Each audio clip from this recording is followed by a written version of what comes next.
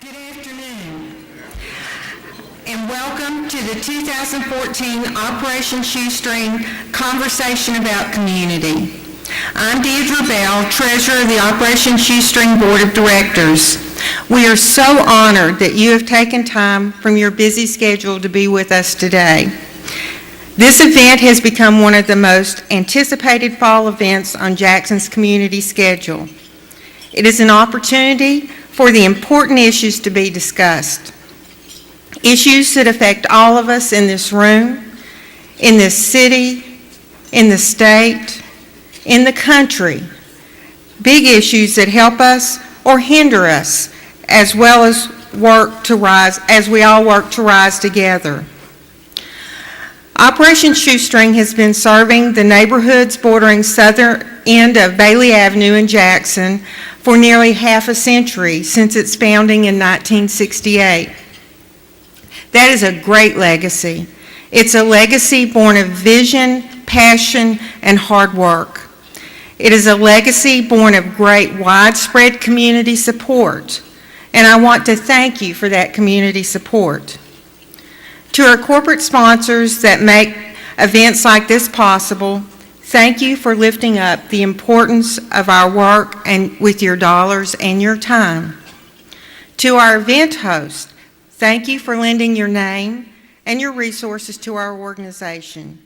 You help legitimize what we're about. To our board of directors, thank you for your wisdom and discernment. It is such a privilege serving with you. To our staff, thank you for your passion, your dedication. You don't take the status quo for an answer. You strive for excellence in helping our children and families rise.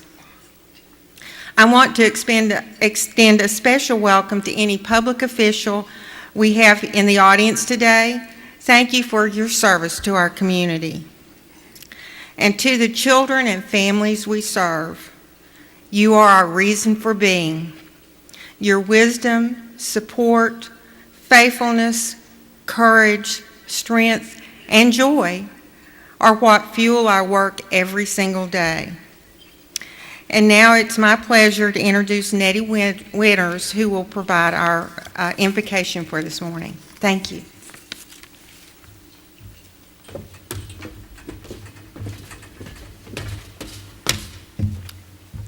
Good morning. I should say good afternoon. Let us pray together. Father, we are so grateful and so thankful for this day, and thankful that you included us in your day. What a beautiful day it is, and what a joyful time that we plan here. We pray your blessings upon this time together. Bless our fellowship, bless our friendship, bless our love for each other, bless our love for you, that it would increase and grow towards you and toward one another. We pray that you'll bless this food, that it'll be nourished and nutritious to our bodies. Bless the mayor, bless the governor, and bless our pastor and president as they have this conversation together. Now bless us that we would join with you and with others to enjoy this event. In Jesus' name, amen.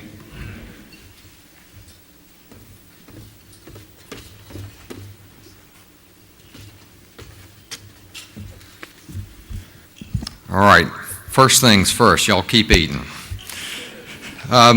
Good afternoon, everybody. I'm Robert Langford. I'm the Executive Director of Operation Shoestring, and welcome. We are so glad y'all are here. In the interest of full disclosure, I have to tell you that Nettie was second best. First best was Alondria Ransberg, an 8th grader at Rowan, whose mom's car broke down a few minutes ago and could not be here. So sorry, Nettie, you're pinch hitting for an 8th grader at Rowan, as it should be. Really, thanks to all of you for being here today. Thanks to all of our sponsors, hosts, and all of you who've given generously to support our work and our programs there in the heart of Mississippi's capital city. I want to acknowledge a couple of our community partners, students from Lanier High School. Where are y'all? Y'all are being quiet. There we go. All right.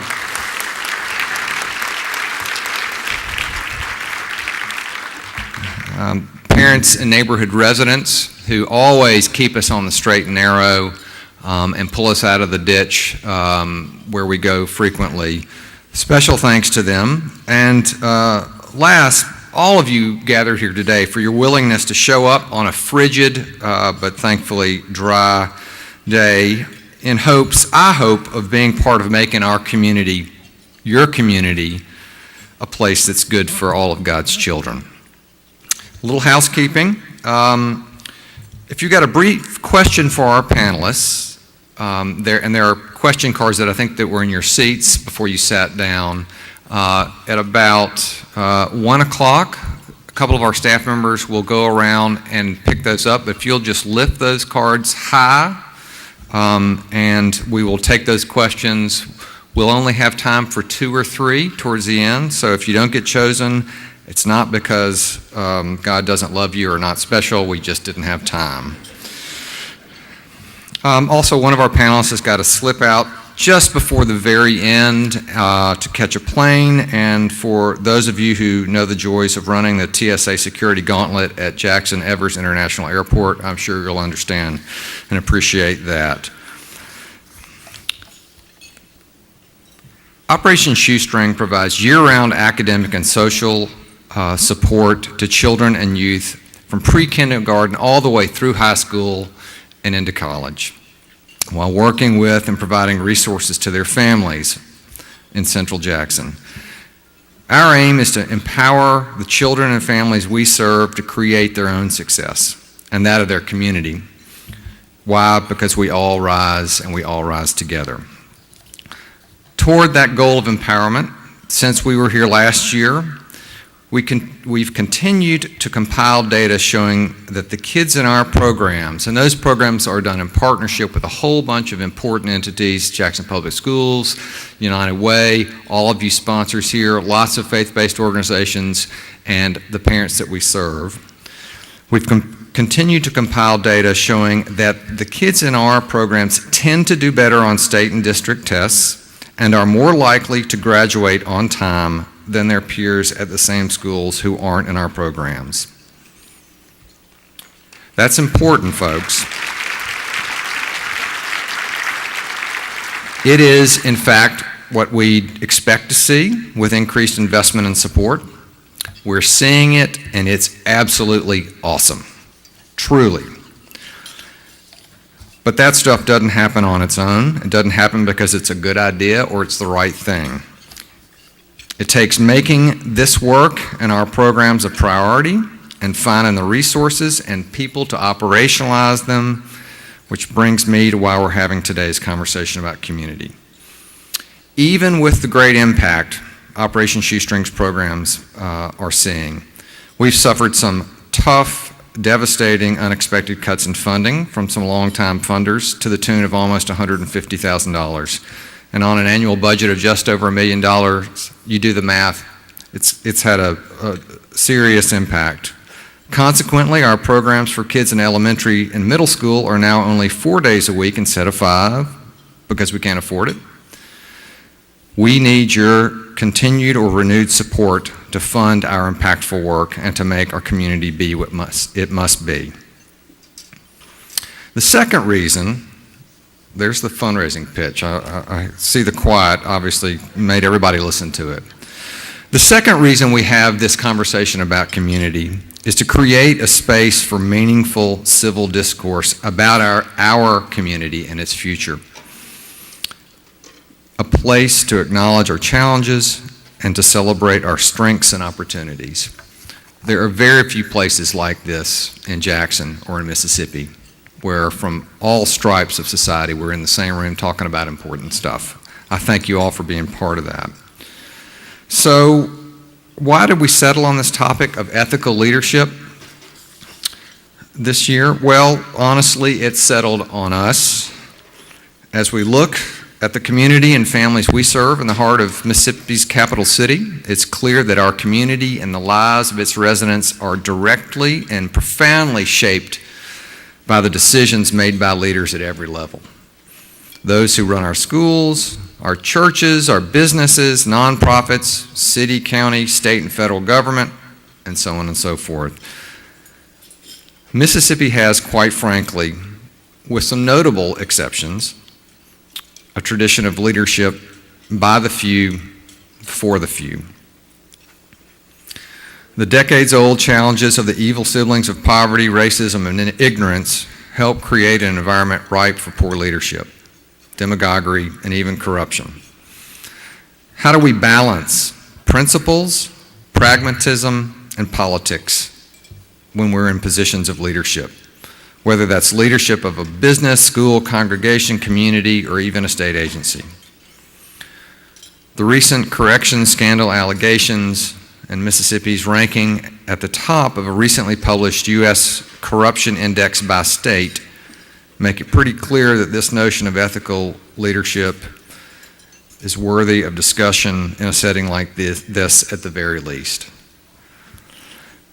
As we begin a much too brief conversation about ethical leadership, and as we reflect on those heavy things in our community, in our state, I want to encourage all of you in this room gathered today to think about where this issue touches your life, in your business, in your house of worship, your neighborhood, or in the polling booth. Think about what you can do around this concept of ethical leadership. Without further ado, I want to invite our moderator and panelists, who surely will be slightly hungry as I see them working their way through their meals, up to the stage, gentlemen, as I briefly introduce them and move to the conversation. Our moderator, Jerry Mitchell, is an award-winning investigative reporter with the Clarion Ledger, who's covered such things as civil rights and, most recently, conditions in several state correctional facilities. Dr. Jerry Young is the pastor of New Hope Baptist Church and the newly elected president of the National Baptist Convention, USA. Mayor Tony Yarber is the mayor of Jackson, my hometown, my residence, and himself a pastor as well as a former educator and Jackson City Council member. And as you recall, we had initially had Dr. Dan Jones, the Chancellor of the University of Mississippi, slated as our third panelist. Dr. Jones was recently diagnosed with lymphoma and is undergoing treatment for that, preventing him from being here with us today. I ask that you keep Dan and his wife and his family in your thoughts and prayers. Taking Dan's place is a relative newcomer to public service and leadership in the state, a kid known as Governor William Winter, former Governor William Winter, who's done way too many things for me to list here in the time we have. Thank you all, gentlemen, and now to you, Jerry, and everybody else. Come on up.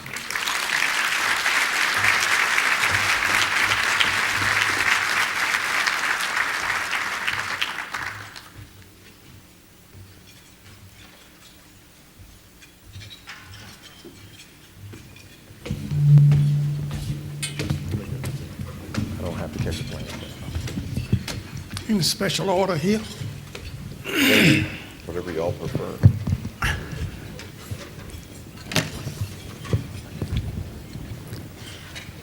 It's good to have this conversation. I was joking earlier with some of the Operation Shoestring people that they were joking with me that this was all planned out, the prison series and the indictment and everything, so that it would fit with today's discussion about ethical leadership. And obviously I'm joking, but anyway. But in terms of that history, I mean, obviously Forbes magazine, Rob mentioned this earlier, Forbes magazine earlier this year did a corruption index. It was a study over the past 40 years, and unfortunately Mississippi came in number 1 in corruption. And so within this past year, we've had a number of Department of Marine Resources people that have been indicted. We've, of course, more recently had the longtime corrections commissioner. In fact, he was the longest serving corrections commissioner in the country who's been indicted, along with Cecil McCrory, former lawmaker. And the allegation is that there was $1 million in bribes involved in that. And federal prosecutors in that case declared that there's pervasive and systemic corruption in Mississippi. So given those events, it's pretty appropriate, I guess, that we could talk about ethical leadership. And in talking about such leadership, I felt it's only fair to put these three guys on the spot. And anyway, but it's good to be with y'all, and very honored to be here. And I'm going to start with Mayor Yarber. I know you're responsible for running the state's largest city and also one of the biggest employers, really, in terms of people. And many look to you, obviously, as a role model for a young leader. What does it take to have ethical leadership, Mayor? Well, I think ultimately it takes having an understanding of what the definition of ethics is. It's Right. about having a set of principles that guide how you think about things and how you go about conducting the business that you've been called to do. I think at the end of the day, ethics specifically in the situation that I'm in and that these gentlemen are in that I'm sitting with, it has to do with how transparent you are and the Right. accountability that's assigned to the work that you're doing. So at the end of the day, I'm responsible for ensuring that I play with both hands on the table and that people are able to account for those hands when they're there. Right, right. Dr. Young, why is ethical leadership so hard? I mean, you're the head of a, 7.3 million, I think you were telling me, member organization, the largest in the United States. Why is ethical leadership so difficult? There are a number of reasons, of course, but the primary reason is because of human nature. I mean, human nature is the real culprit here because primarily we have fallen humanity. We have fallen men and women who essentially deal with fallen men and women. Right. And so the bottom line is the ultimate reason, in my opinion, it is human nature. Human nature. And Governor, obviously, you've seen a lot. I mean, you've since the days of Bilbo, and I guess we could talk for a long time about Bilbo scandals. But you've seen a lot, and so you've seen scandal after scandal and scandal, obviously, in this state's history. I know you love history as well, and know that whole history. But what does it take to kind of promote ethical leadership? What really has to be done to promote that ethical leadership?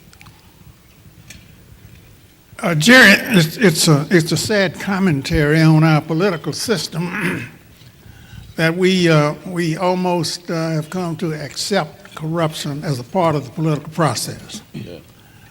And when I first started in politics a long time ago, I ran for the legislature up in my home county of Grenada. And as I was walking down the street, one of the businessmen in Grenada said to me, he said, young man, said, I see where you're running for the legislature. I just hate to see you get into all that corruption down there in Jackson. It's just going to ruin you.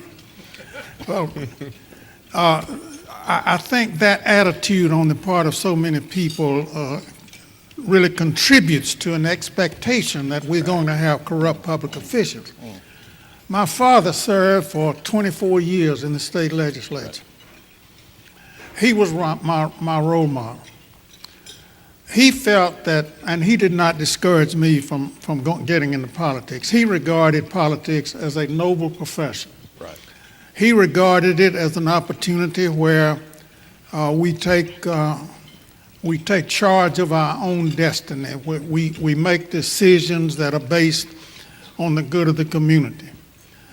And I have tried to hold that out as an ideal. Right. And when I received the votes of the people who elected me to whatever office I was holding, and I was available to hold whatever office was open, I might add, but in any event, in any event, I took that as a sacred trust. And the last thing I wanted to do was to bring dishonor to me and my family and the people who had supported me. And so that's why it is important for all of us in this room to take politics seriously.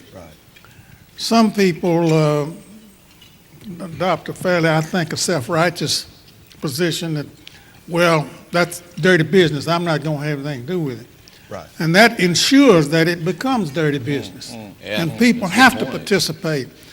And we need to encourage our young people to get involved and do what is best for the community, to build community. That's what this meeting is all about here. This is a coming together to build up this community. What about that, Mayor? I mean, how can we do that? I know you've tried to reach out to the young and your work, and how can we do that? How can we promote that kind of idea of ethical leadership among the young? Well, I think it's about engagement, and the more we engage people to be a part of the work, then the more people understand the importance of the work. They understand the significance of the work. I'm here today sitting on this panel with two giants. I don't really know how Robert and the rest of the crew asked me to sit up here. But while I'm here, my responsibility is to glean from those principles that are proven to be true, right? So I'm looking at governor, I'm looking at the president of the National Baptist Convention, and there is something about the ethics that they have displayed that gives me an opportunity to see what success looks like as a result of that. And I don't want to steal your thunder, but I wanted to ask, since we're having a conversation, I wanted to ask, I heard the president talk about our fallen state as humans, and that it's human nature. And I just wanted to know, Mr. President, what kinds of things can we put in place that helps that human component of us to be successful in the face of some unethical situations? Actually, I am convinced of a number of things, but primarily it is character. It is character. As a Christian, and obviously one who believes not only in the living word, but in the Bible as the Word of God, I believe so strongly that a person who does not have a personal relationship with Christ will never be able to have the kind of character that is necessary and that is essential to practice ethical leadership. And I'll give you the reason why I believe that is so true. Because though every human being who is made in the very image of God, we believe very strongly that that person literally is fallen to the extent that we believe in total depravity. Total depravity does not suggest that I'm as bad as I could be, but total depravity says that everything about me has been defected, including my mind and my motives and everything else. And as a result, from my perspective, it is only as that person, in terms of what we argue in the church, is born again, as it were, where that person then has someone else who actually gives guidance to that person. I don't believe that any person, because primarily here again, and I do not want to sound too much like a preacher. You are. Good luck. But but I want to argue, Jeremiah says that a man's heart is wicked. Right. And he doesn't even know his own heart. So there has to be some other force that governs and guides that person. And I believe that is, in my mind, a relationship with the Lord Jesus Christ that allows that person literally to grow and develop and to make sure that person has character, which says essentially that I will do the right thing for the right reason and in the right way. That's what I do. But that's about character. It's about what Aristotle says. Aristotle says it's man's credit rating in terms of your character and how you do that. And you practice doing right. You practice doing right and righteousness. I mean, that's what you do. I think it's character. No question about it. It is absolutely character. And anybody who tells me that, well, I can do this on my own, that person has been self-deceived. Well, Governor, following up on that, how can we promote character? What does it take to, we're talking about young people here. How do we promote that ethics and character in our young people? And maybe adults too. I mean, that's probably, the adults seem to be the one going off track here.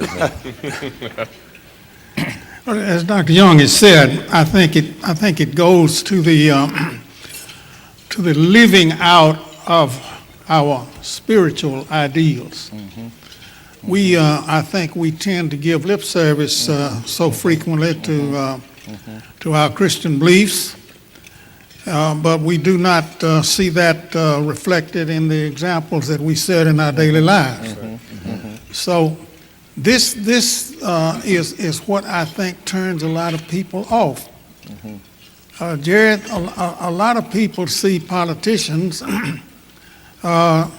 saying things strictly for the purpose of getting votes. Right, absolutely. And frequently using religion as a basis for Absolutely. attracting that support. And we do both. We do Absolutely. both sometimes. Absolutely, absolutely.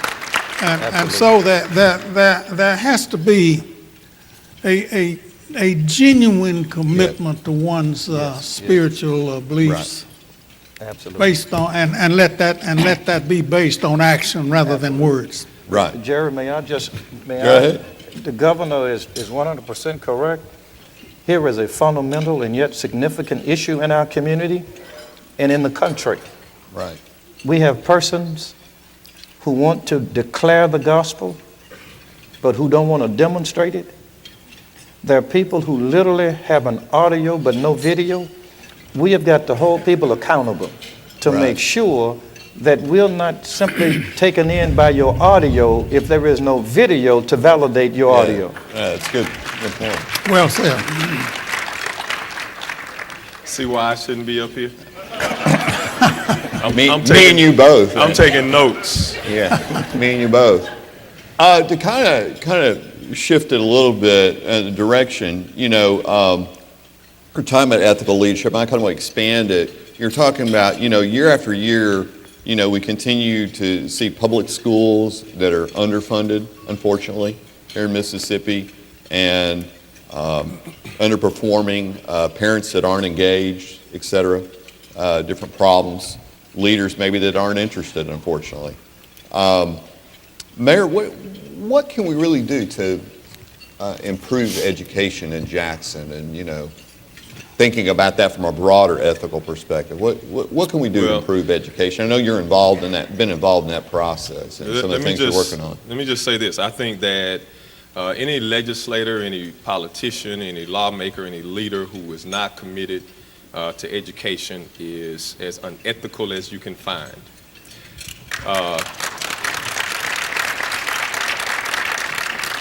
There is a moral, fundamental obligation to ensuring that every child has an opportunity to be educated, not adequately. That used to be the term, and adequate isn't enough anymore. Right. But every child needs to be optimally educated to the Right. degree.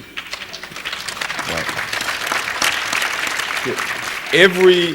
Every piece of research that comes out about our state, there's always an indicator that is a contributor, and it is education. Right. If they're speaking about whether it's poverty or obesity or teenage pregnancy, there's an indicator that is always directly impacts those in this education. In the city of Jackson, we are fortunate to be the only municipality to have child care centers. And Governor, what we've done is taken the approach that while there's an expectation that third graders should be proficient readers by the time that they leave third grade or they'll be retained, we've taken the attitude that we're going to take the initiative with our 3- and 4-year-olds in those programs, and we've started a project, it's called Project Read. It is an alignment with Jackson Public Schools 5-year-old programs, pedagogy, methodology alignment. We believe that we should be able to send, or we should be sending 4-year-olds into a 5-year-old program with those fundamental pieces that it takes to be emerging readers when they go into the 5-year-old programs. By the end of that third month, we believe that every kindergartner should be reading.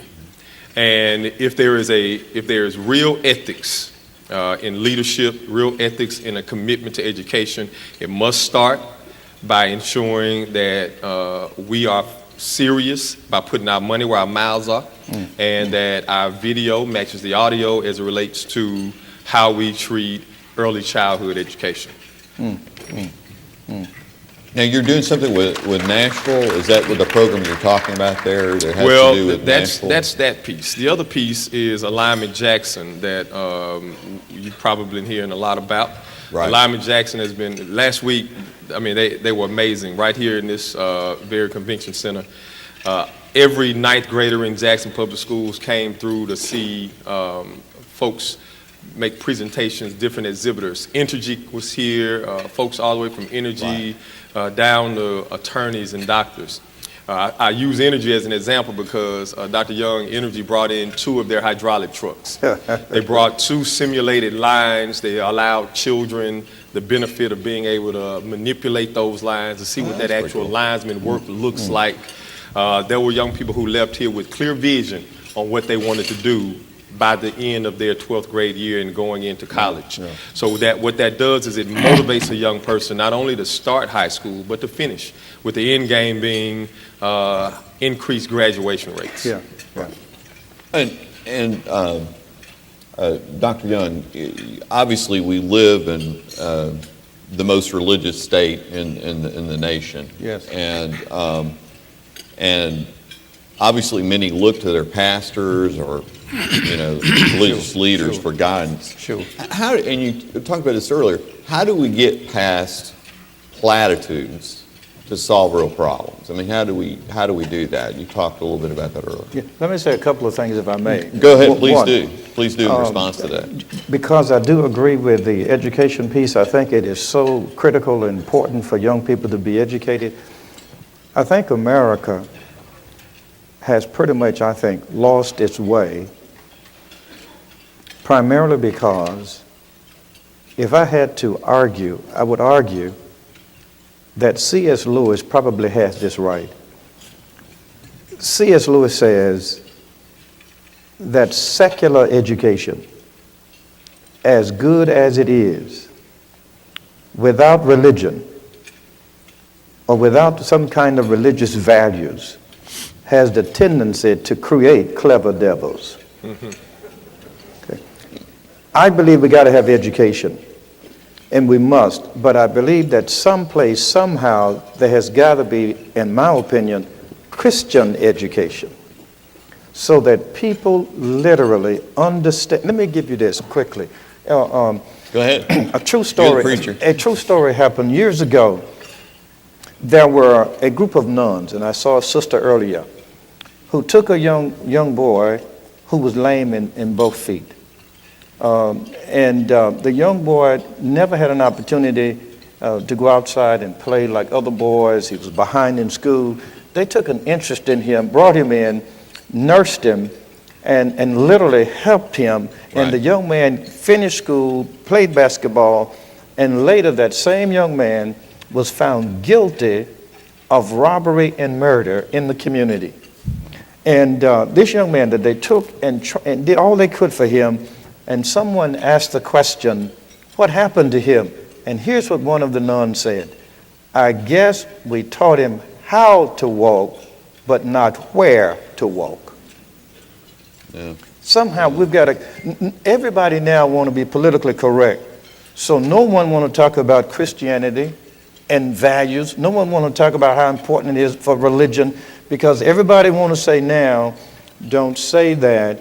But I promise you, I am, for one, fed up with all this talk that is not substantiated by anything other than a desire to get a vote, to make $1. I mean, at some point, we got to talk about real serious character that allows a person to say what he says, mean what he says, do what he says, do the right thing for the right reason, with the right purpose. I mean, the community is at stake. Right. I mean, our community literally is going to self-destruct if we don't get people involved in leadership roles who literally understand what it means to literally not just talk it, but walk it. Right. It's a tremendous challenge for us, and that's what has to happen in our community. I think it's about. Go ahead. I'm sorry. I was just going to say though. I think it's also, Pastor Young, about being void of mission. Yes, And when you're yes. void of mission, Yes, then I there's agree. nothing greater than you. I agree. And when there's nothing greater than you, then you're susceptible. I agree. So when there's no secret if you're a contractor or an engineer or any of that in the city of Jackson, or I found it anywhere in America. There's no secret that there's about to be a huge contracting season in the city of Jackson. Well, what's going to keep me out of trouble is the mission. And we entered into office, my team and I, with a mission, and that mission has nothing to do with us. It has to do with the people. And so as long as you are mission-minded, and that mission That's important. drives That's important. everything that you're doing, which is seeped into this issue and conversation about character, then I think that ethics come as a result of that. And so there must be something on the wall to your question. There must be metrics in place that measure the platitudes versus what I'm actually accomplishing. We say that we want to be sure that we can decrease the gap between what we're doing and what we say we're doing. Yeah, man. And so in a lot of cases, we say we're doing a lot of things, but we're not doing. And I think mired in the conversation, or what gets lost in the conversation about ethics, is that everyone thinks ethics is about going to jail. Ethics isn't just about going to jail. Ethics is about when you tell someone in the community that you're going to ensure that infrastructure improvements are made and that it's being done in a systemic manner. And you stay in office 4, 5, 6 years and you leave and nothing's better because you were there. That is unethical. And I think that the conversation, even if you broaden it, has to be considered about how do we stay mission-minded, what drives that, even with good boards who make good decisions, make decisions with the mission in the middle of the table. Purpose. That's right. I'm with that, purpose. And Governor, since we're talking about education, it seems only natural to ask you about it, because that's kind of been a hallmark of your career and certainly the emphasis of it. How can we have, quality education, or whatever? What was the word you used, Mayor? What was the term? Optimal. Yeah, optimal education for our young people in Mississippi. This may sound a little bit cynical, but self-interest, I think, motivates more people than anything else. We politicians appeal to the so-called self-interest of our constituents out there. Right. We have to get more people in Jackson and in Mississippi and in the country, for that matter, to understand that our total self-interest as a society, for each one of us individually and for our society as a whole, depends on having a truly educated citizenry. And we cannot do that on the cheap. We have to understand that it's going to take additional investments to bring our state, the schools of our state, the schools here in Jackson, up to a level that enables every child to secure the kind of education, formal education, that will enable that child as an adult Right. to be competitive with people anywhere in the world. And we are denying those children in our state their birthright when we don't accord them that opportunity. I agree with that. Just a thought, and any of y'all can weigh in on this, and this is just a thought rather than really a question.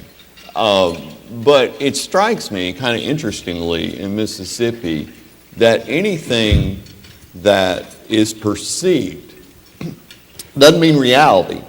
Anything that is perceived as benefiting African Americans more, whether we're talking about education, I think that's true now. That's the perception of public education, is why there are more, this is benefiting African Americans more than it is whites. That's what a certain number of whites think, I think. Or at least I've heard that voiced. But what's kind of fascinating to me was 80%, am I right, of the number of children in public schools are white. So I find that fascinating, and I guess I'm just kind of throwing that out there. I don't really have a question with that, but it's kind of, whether you're talking about welfare, public education, whatever, anything that's kind of perceived as that, even if it's the reality is not true, it just seems to me that that's the way, politicians run from that. They don't want to support it or whatever it is. There's still an element of racism out there. I think we have to look in the mirror and say, that's where, when we were trying to pass kindergarten, Yeah, I bet you encountered that. race was a huge factor in the opposition to that. Right. And we still see a lot of people, unfortunately, who don't understand that none of us, how affluent, how socially well-off and economically well-off we are going to have as good a life as we could have if everybody enjoys the same opportunities for education. Yeah. The problem is, Good. I certainly agree. I think that I was born in Mississippi. I was born in the Mississippi Delta. And I actually grew up on a plantation. Not on a farm, Right. but on a plantation. Life was extraordinarily difficult. I saw racism at its height. And the things I saw,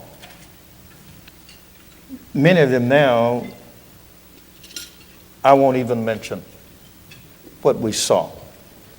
Mississippi has come a long ways from where we were when I was a boy growing up on that plantation. The problem, however, in my opinion today, is that racism is more sophisticated. It is sophisticated racism now.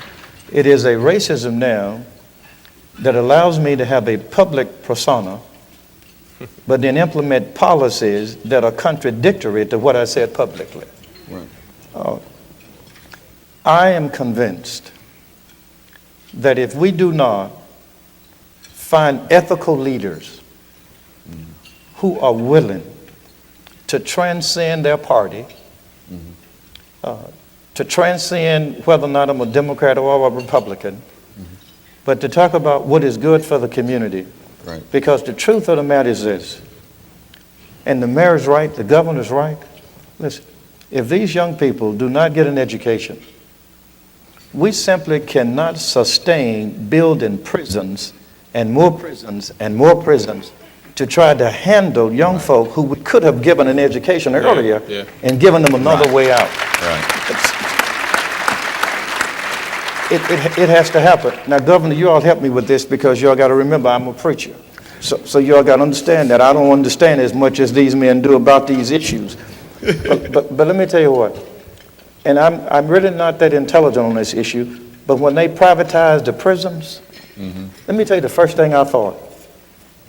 If you privatize the prisons so that now it is profitable for me to have people in the prison, it seemed to me that's an incentive to create a culture that perpetuates criminality so I can have folk in the prison, so ultimately it becomes, the profitability becomes an issue.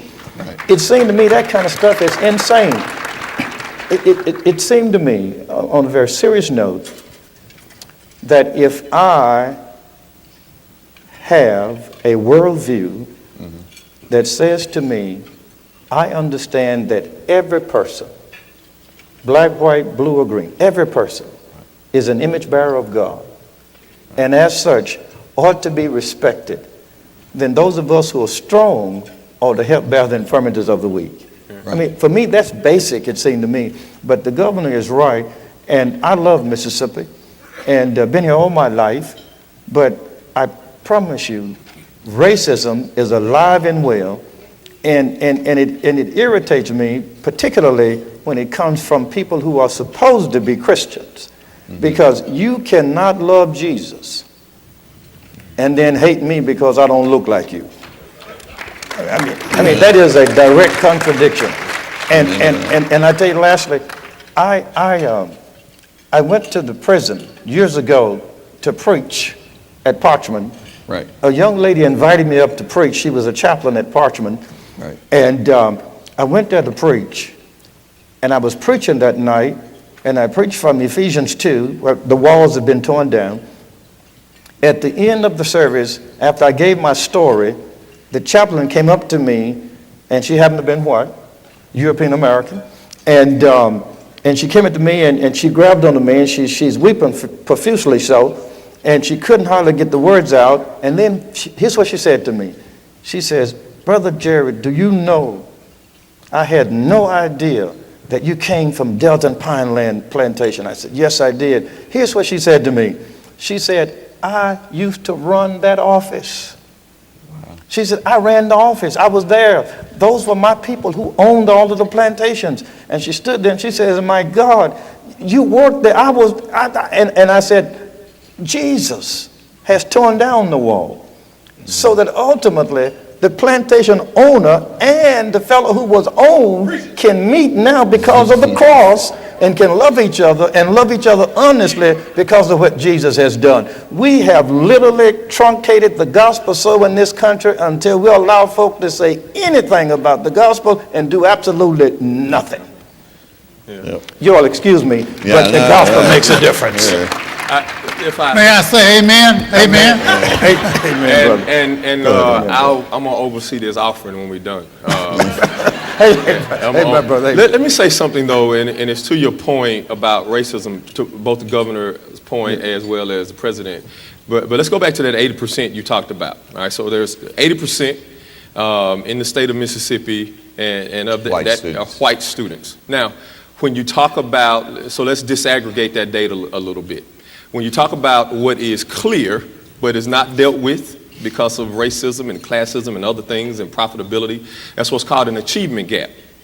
So they're 80%, and those are white students.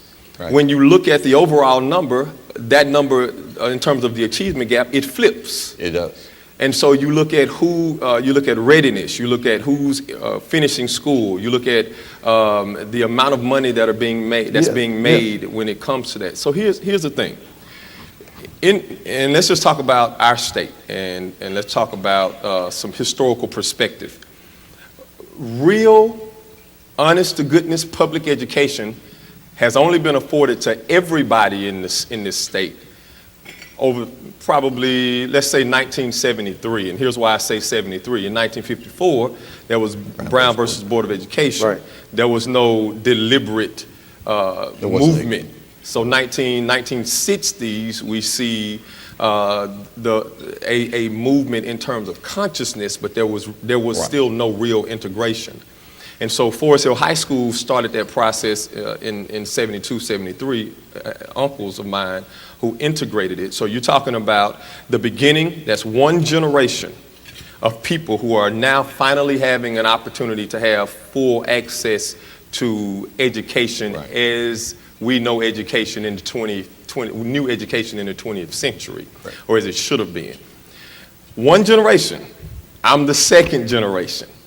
So I had 3 uncles who started at Forest Hill, only one finished there. All right, so we're talking 1 out of 3. I'm the second generation as I progress, and my son would be the 3rd generation. Now, you on the other hand, Jerry, you may have had 3, 4, 5 generations who enjoyed the full benefit of what real public education looked like. No question. Now, I don't know about you, so I'm not going to assume, but a lot of the friends that I deal with who are Republican and Democrat, who have had the benefit of having 3, 4 generations prior to them, who had the opportunity to enjoy this full spectrum of public education, they may not have what we now know as student loan debt. And if they do, they're only one generation away from being away from that, right? Because wealth has been established. I got student loan debt. My son will probably have some student loan debt if I'm not careful, all right? If my son does not do the right things, his son may be. What I'm trying to get you to understand is this achievement gap that creates a wealth gap that keeps us in a cycle, a systemic cycle of being pushed in a situation where young people are making choices between school and eating. school and taking care of a sick mom, or school and medicine. I'm not giving excuses, but what I'm saying is we eradicate the excuses when we close that achievement gap and we really look at who's been offered the full opportunity of a public education. And I submit to you that little black boys and little black girls have not been afforded that, and we have to get serious about it and take that in consideration as we move ahead and make an investment in education in our state. On time, no doubt about it. Well said. I totally agree with that. Since we're on that topic, Mayor, and talking more about the city of Jackson, I mean, obviously, and you've talked about this yourself, you know, we've got a majority African-American electorate, but the economic power obviously still rests with, mostly with the whites. Right. So let's go back systemically. Thank God for those folks who really pushed in the city of Jackson, where we were able to move from a commissioner form of government to a mayor-council form of government. Right. That gave African Americans the opportunity to first serve. Now, remember, we're still talking about this spectrum. So typically the people who were able to ascend were folks who went to Lanier High School primarily because there's this rich culture in that community where education was primal. So you're talking about that group who may have been one generation away in terms of being the first folks to fulfill the opportunity to have gone to high school, and in some cases have gone to college. So you still have a populace in the city of Jackson who are still affected by those same dynamics. So while we make political power, let me just be honest with you, and I'm the mayor, brother. Political power ain't nothing. Let me tell you why it's nothing. And it's, forgive me for saying ain't. I got you. Let me tell you why it's nothing. As a city councilman, and I don't tell this story often, but I'll tell it today because it may help with some things that people are struggling with. As a city council person, my wife and I had to make decisions about whether we would feed children, and this hadn't been a year ago, whether we would feed our children, because it was Christmas and I remember because we couldn't get some of the things for our children, or whether we would pay our house note. All right? I was a politician, but I wasn't making no money. And I wasn't finna take any money from the people out there who were trying to offer it to me. So we had to make real ethical decisions about whether or not we would eat, honor God, or whether we would pay our house note, dishonor God and our family. And I'll make some sense out of this as I go. This the preacher in me. We made the conscious ethical decision that we would just not pay the house note. And we didn't for months because we couldn't afford it, but it was great seeing our children not hungry. Okay? My point in saying all of that is that in the city of Jackson, you still have people who wield political or the perception of political power, but there's no real ability to make a difference because there is no economic power. At the end of the day, the scripture says money answers all things. It's in the Bible. And if the power is in the money, then there has to be a balancing of this pendulum swing so that not only do we have an opportunity to see political power in the black community, but there also has to be a rise of economic wealth, and I say wealth because it matters, it's systemic, of economic wealth in Jackson. So our effort and my effort as mayor is to ensure that the playing field is level, to ensure that people who may not have had an opportunity to play and be played with fairly, that happens in order for us to build capacity and sustainability.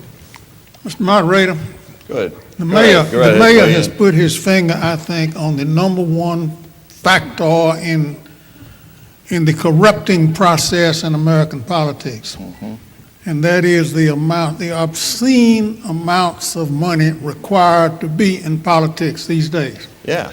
I And mean, the Supreme Court of the United States has given its approval Crazy.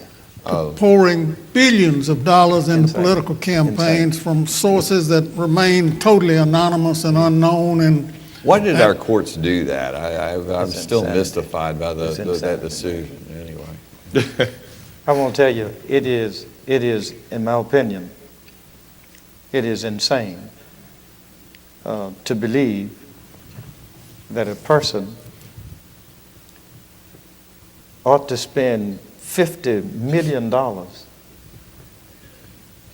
to get a job that pays him $75,000 a year.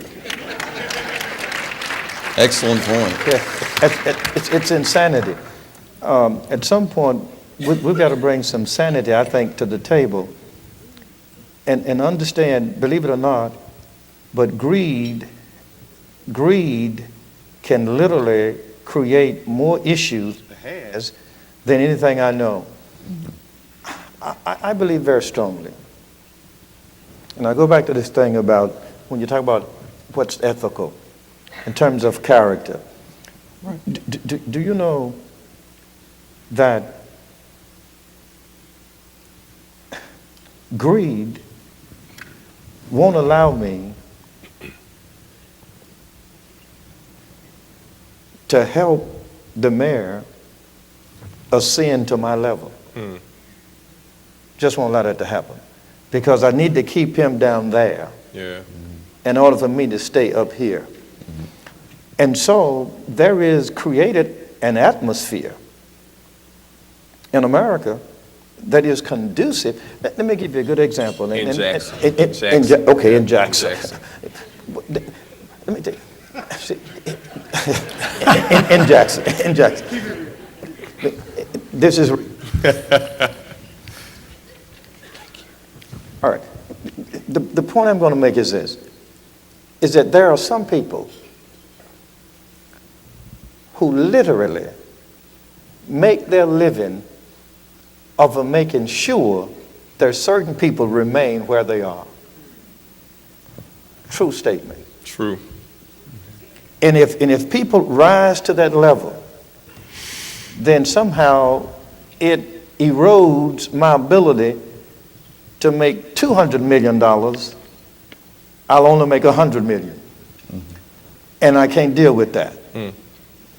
How much money does it take for an individual to live a comfortable life? Do you know that in America, there are so many instances where companies and everything else, I mean, it blows me away that you can't even trust what you read on the back of the label. You know, I mean, you read in the label and you read, and then they come out next week and tell you don't believe that because that's not true, and now you got to go and penalize people because I mean, come on, man, profit above people. I mean, you know, it seemed to me that America had lost its way. May I suggest this literally? I believe that if we're going to deal with the ethical issues in this country, I think America is in need of a great revival. Yeah. Yeah. Yeah. So, And I want to start that revival, and I want to start the revival in the church. And then I'm going to leave the church and go to Congress. there you go. Take me with you. So, And I'm going to take the mayor with me. Thank you. absolutely. So, Governor, what's the one thing or the single most important thing that, you know, we should take to help move Mississippi forward? You know, what is that? The one thing that we really, if we could do one thing, you know, the single most important thing, what would it be to move Mississippi forward? Close the gap that the mayor's been talking about. Yeah. We are still playing catch up. We've not overcome slavery in Mississippi yet. Amen, We're still paying for our sins. We have generations to make up Amen, for. And it is to cause every single citizen of this state to understand the responsibility to do what we must do to lift every single person in this Every state, single person. regardless of what they look like, where That's they right. come from, That's what their right. background is, That's right. to a position where they will be able to compete on a level playing field. And the That's right. playing field, we know, is not leveled yet. No. We've got to level it, and we've got to invest. We've got to invest Yeah. our resources in doing what it takes to make that happen. That's right. And we can't do it on the cheap. That's right. Can't do it on the cheap. I like that. Mayor, you kind of alluded to this earlier about, you know, there were these temptations, so to speak. And so how can we do a better job of preparing our leaders to overcome these kinds of temptations of power or even the sense of entitlement?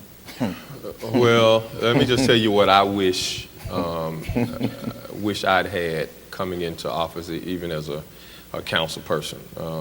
First of all, I wish I'd had a mentor. Well, I only wish I'd had a mentor, because greed and power and other things, and it's still happening right now as the mayor. And it's sad in a lot of cases that I have to call Governor Winter, and he shouldn't have to be dealing with me. That should be some other folks who are still in politics, but have to bother him about certain things. I wish I'd had a mentor, and I wish I'd had someone who could simply talk to me about and tease out what my motivations were, tease out what the mission was, and in doing that, help me to shape and to frame direction and to hold me accountable for that direction. In large part, that's been something that I've had to do on my own, and as of late, had the opportunity to develop a relationship with Governor Winter and develop a relationship with a few other mayors around the country. But if I could suggest anything, and not even structurally, but just simply a mentor that we could assign with each one of our rising leaders and decision makers.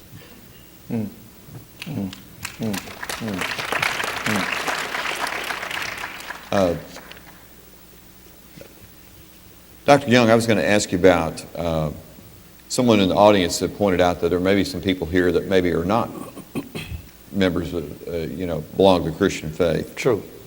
But they're still interested in ethical leaders, obviously. Yes. So how can we move forward together, they're asking? How can we move forward Sure. to ensure that all of us rise together? Sure, I understand that clearly. There are people who are not Christians, and they say we believe in ethical leadership, and we're not Christians, and I truly understand that. Let me tell you two things quickly. Number one, any person who wants to be ethical has to have a standard, principles that is external to himself or herself. Right. Right? And that's ethical leadership. Has to be some standard.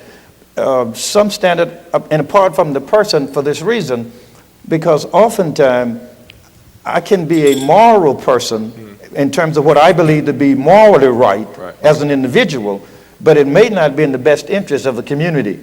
It has to be external to me as a person. Right. There has to be some standard, some principle that I ascribe to that literally give me guidance.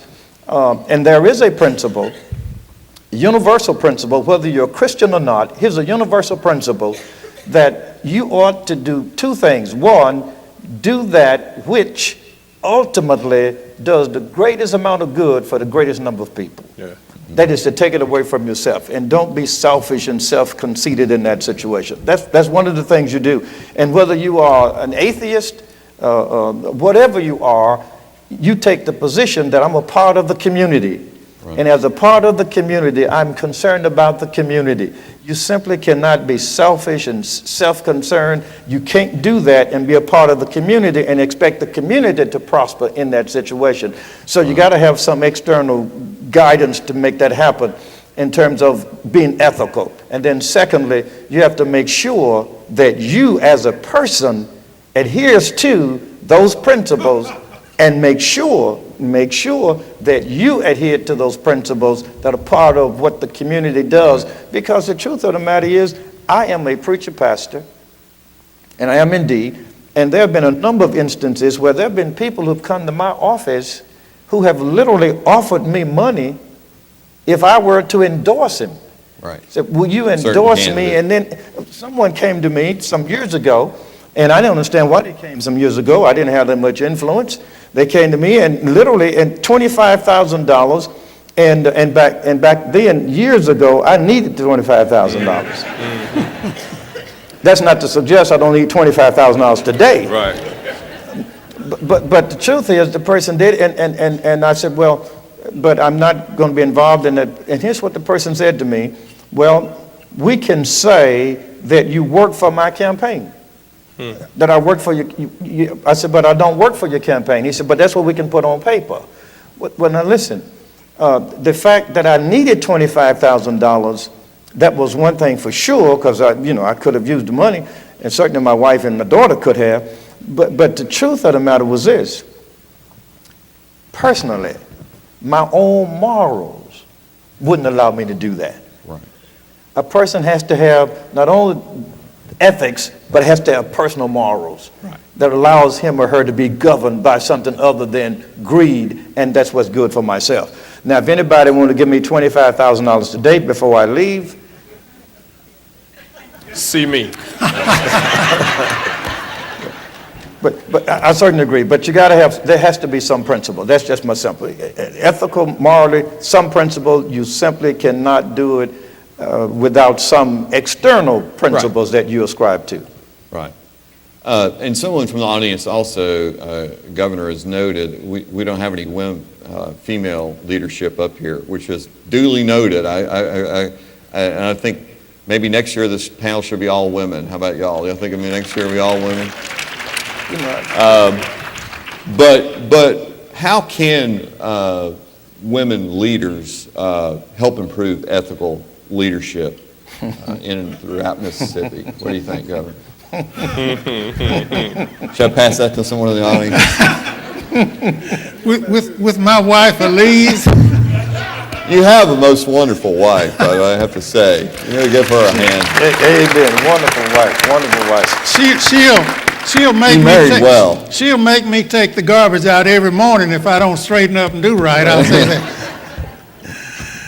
No, I agree. I think we have obviously overlooked the role of women, the importance of the role of women in all aspects of our lives, and Mississippi is still behind in terms of the number of women that we have holding major political offices. We have never elected Yeah.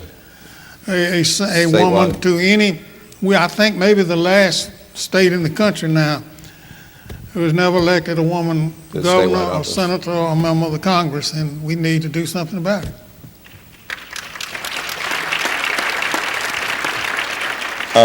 Mayor, in recent decades, we've kind of seen public official after public official and businessman after businessman charged with bribery. What is it going to take to make ethics work, not only in the courtroom, but in the boardroom? I think it's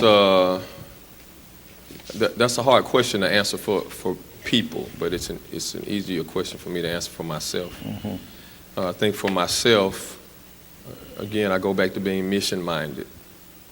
I go back to the fact that there is nobody, ever anybody, no contractor, no anyone else who will ever be able to tell you that and I'm speaking now and I'm speaking forever, that they were able to convince me of betraying my people. When I say my people, I consider those folks out in Sub 2 who were so excited to see their homeboy get elected as mayor, because finally they believed that someone who looked out for them would be sitting in a seat who could make the appropriate decisions for them. Right. So I think for me, my personal motivation is the mission that I was built for this job, that God created me for such a time as this, to help to change the culture and to change what Mississippi, not Jackson, what Mississippi looks like in the national eye, how we do business, how we take care of our people, how do we educate our children, how do we ensure that every person in this state has the opportunity to have adequate health care. So for me, personally, there's a mission that's bigger than me. I'm motivated to see that mission carried out, and that will happen at all costs, even if I'm not here to see it finished. Yeah. Well, Dr. Young, I mean, obviously you brought up about churches and being a Christian. I mean, and Mississippi, obviously, from an overall perspective, is very religious. How do we ensure that what's talked about on Sunday is lived out on Monday and the rest of the week in terms of ethics and things like that? Let me tell you, one of the most difficult things in the world to do is to try to make sure that people adhere to what is actually preached and taught on Sundays. If I could do that one, I mean, we would really have something special. Yeah. but let me tell you, though, Jim Collins has written a celebrated book, From Good to Great. Mm-hmm. And he talks about, in that book, how companies have moved from good to great, and what are some of the characteristics of those companies that have been able to do that. And one of the things that he said that really resonated with me is this. He said, what you need, first and foremost, if you're going to move from good to great, is to make sure you got the wrong folk off the bus and the right folk on the bus. What's got to happen, it seemed to me, in terms of the public square, is that people have got to become less concerned with the party the person is from, what the person looked like, whether the person is male or female, and we've got to create a culture where we have the right people as best we can in positions of leadership in this country. We have got to somehow, and I hate to say this again, but we've got to somehow stop being deceived by all this audio where there is no video. Right. We've got to have people in place. We've got to have folk in leadership. If we don't get the right people on the bus, I promise you, we don't have a chance if we don't get the right folk on the bus. And whether you are or not a Christian, here's what's important. Anybody who gets into a leadership role must be held accountable to make sure they understand that leadership means essentially, first and foremost, I'm going to be a servant. Right. I'm going to serve the community. I'm going to serve the good of the people. And that being in leadership does not mean I came here so I can basically somehow enhance my personal self, but rather I came here to serve the people. And I came to serve. And that becomes the watchword. Leadership is servantship. And I think we got to get people involved who understand that you're here to serve the people, the good of the people, that you're here for the mission and for the purpose and that kind of thing. And it's not a shortcut for you to become very popular. It's not about that. It's about servantship. Any last words, Governor? And then we got to wrap up here. Anything else you want to say, Governor? Last words of... No, I see Rob standing over there. I dare not say anything here. Go ahead, Rob. Well, I just want to say that I'm humbled to have had the opportunity to serve on this panel with such a great cloud of witnesses. I think that our state is better because of you two men. I think that you speak to the best of who Mississippi is. And my prayer is that legacy that you two have put in place, that one day myself and folks just like me will be able to meet that standard. So thank you for what you've done.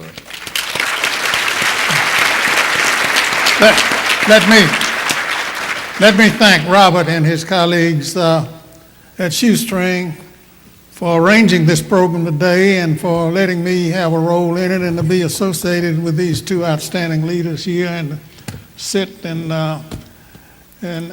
listen to Jerry Mitchell, who is one of the finest newspaper reporters and commentators in the country. Well, thank you, Governor.